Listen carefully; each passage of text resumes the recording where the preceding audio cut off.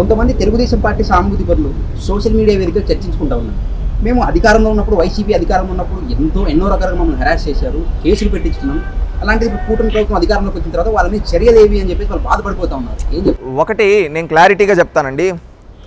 Jaganmohan Reddy Telugu Desam party కార్యకర్తలపైన కొన్ని వేల కేసులు పెట్టాడు. వాస్తవంగా మాట్లాడుకుంటే అది సోషల్ మీడియా కేసు కావచ్చు, చిన్న పంచాయతీ లెవెల్ నుంచి రాష్ట్ర స్థాయి వరకు అనేక కేసులు పెట్టాడు. కేసులు పెట్టి ఏం సాధించాడు జగన్మోహన్ రెడ్డి? ఒకటి, నరుక్కుంటూ పోతే లాస్ట్కి ఎవడు మిగులుతాడు? ఈరోజు తెలుగుదేశం పార్టీ ఆ విధంగా చేయదు, కక్ష సాధింపు చేయదు. నేను అదేగా చెప్పేది. ఈవెన్ తెలుగుదేశం పార్టీ కార్యకర్తలు కూడా మార్చుకోవాల్సింది ఏంటంటే, మనం కేసులు పెట్టి ఏం సాధిస్తాం? వీలైతే మార్చుదాం, మంచి చేద్దాం సమాజానికి. ఈరోజు మన కోట్టేనోడికి కూడా మంచి చేయ్యా, మంచి చేసి నువ్వు నా కోట్టే లేదురా కానీ నేను నీకు మంచి చేశా, చూడు మా పార్టీ చూడు, మీ నాయకుడు మా పైన 100 కేసులు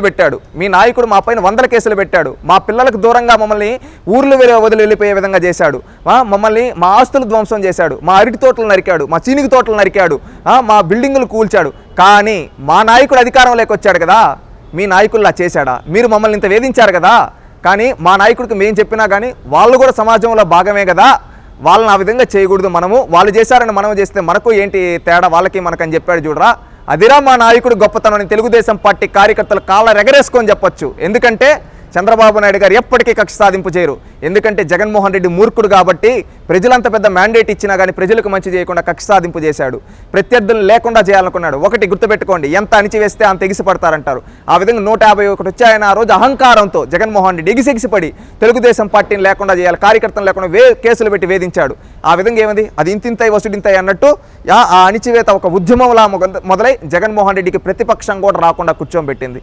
ఈరోజు తెలుగుదేశం పార్టీ ఏం చేస్తోంది? ఎక్కడ కక్ష సాధింపు చేయటంలా తెలుగుదేశం పార్టీ ముందరున్న లక్ష్యం ప్రజల అభివృద్ధి, ప్రజలకు మంచి చేయాలి. ఈ 5 ఏళ్లలో జగన్మోహన్ రెడ్డి గారి ప్రభుత్వంలో ఎంతోమంది తెలుగుదేశం పార్టీ కార్యకర్తలు కావచ్చు, సామాన్యులు కావచ్చు, బాధింపబడ్డారు, వేధింపబడ్డారు. అలాంటి వాళ్ళందరికీ న్యాయం చేయాలంటే ప్రతి ఒక్కరూ పనిచేయాలి.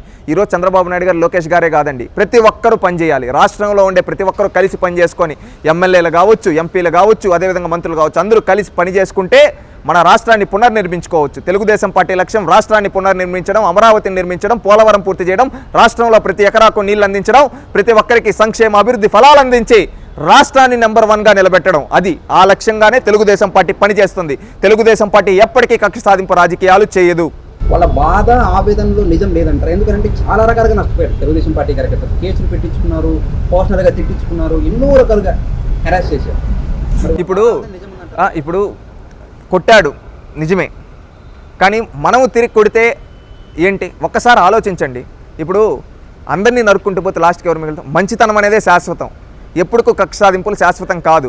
ఈరోజు వాడు మూర్ఖుడు కాబట్టి వాళ్ళు జగన్మోహన్ రెడ్డి చేశారు, కానీ చంద్రబాబు నాయుడు గారు ఆ విధంగా చేయరు. ఇప్పుడు ప్రతి ఒక్క కార్యకర్తకు అండగా నిలబడతారు. ఈరోజు అధికారం లేకొచ్చి 30 రోజుల్లోనే అందరికీ న్యాయం చేసేయండి, 30 రోజుల్లోనే అందరినీ చేసేయండి అంటే మన చేతిలో ఏమన్నా అద్భుతాలు ఉన్నాయా? మీరు చెప్పండి, మన చేతిలో ఏమన్నా అద్భుతాలు ఉన్నాయా? మన చేతుల్లో ఏమో అద్భుతాలు లేవు కదా, మనమేమో మిషన్లు కాదు కదా, మనమేమో దేవుళ్ళమా ఒక 30 రోజులు అంతా వచ్చేయాలి అని చెప్పి 5 ఏళ్లలో వీళ్ళు విధ్వంసం చేశారు. రాష్ట్రాన్ని అన్ని విధాలుగా అనేక రంగాలు రాష్ట్రంలో శాంతి భద్రతలు లేకుండా చేశారు. పోలవరాన్ని నాశనం చేశారు, అమరావతిని నాశనం చేశారు.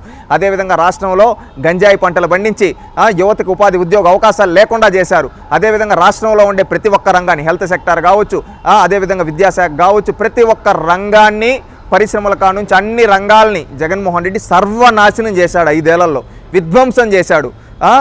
ఒక విభజన వల్ల జరిగిన నష్టం కంటే జగన్మోహన్ రెడ్డి అధికారం లేక రావడం వల్ల జరిగిన విధ్వంసమే ఎక్కువ రాష్ట్రంలో. అవునా కాదా? 30 ఏళ్ళు వెనక్కి వెళ్ళిపోయింది. అలా వెళ్ళిపోయిన దాన్ని 30 రోజుల్లో గాడి పెట్టడం సాధారణమైన విషయమా? అప్పటికి చంద్రబాబు నాయుడు గారు రాత్రనక పగలనక పనిచేస్తూనే ఉన్నారు, నిరంతరం పనిచేస్తూ ఉన్నారు. ప్రతి ఒక్క అధికారులతో రివ్యూలు పెడుతూ ఉన్నారు. అదేవిధంగా ఏమేమి చేయాలి, ఎక్కడెక్కడ చేయాలి, రీసోర్సెస్ ఎలా తీసుకోవని రావాలని, పరిశ్రమలు తీసుకొని రావడానికి అందరితో మీట్ అవుతూ పనిచేస్తూ ఉన్నాడు. 75 ఏళ్ళ వయసులో కూడా ఆయన రాష్ట్రం కోసం పనిచేస్తున్నారు. మంత్రులు, ప్రతి ఒక్క మంత్రి వాళ్ళ శాఖలపైన పట్టు పెంచుకుంటూ వాళ్ళు పనిచేస్తూ ఉన్నారు. ఈ విధంగా అందరూ పనిచేస్తూనే ఉన్నారు. 5 ఏళ్లలో జరిగిన 5 ఏళ్లలో 30 ఏళ్ళు వెనక్కి తీసుకొని వెళ్ళిపోయాడు. దాన్ని తీసుకొని రావడానికి సమయం పడుతుంది. ఒక్క రోజులో నాకు అంతా జరగాలంటే రాష్ట్రంలో 5 కోట్ల మంది 6 కోట్ల మంది ప్రజలు ఉన్నారు. 6 కోట్ల మందికి ప్రజలకి న్యాయం చేయడానికి సమయం పడుతుంది. ఓపిక, ఎందుకంటే సహనం, ఓపిక అనేది ఉండాలి. ఆ ఓపికతో ఖచ్చితంగా అందరికీ న్యాయం జరుగుతుంది, సమయం పడుతుంది. ఒక్క రోజులో చేయడానికి మన చేతిలో ఏం అద్భుతాలు లేవు, చిన్నగా జరుగుతుంది, ప్రతి ఒక్కరికి న్యాయం జరుగుతుంది, రాష్ట్రం బాగుంటుందని నేను భావిస్తూ ఉన్నాను.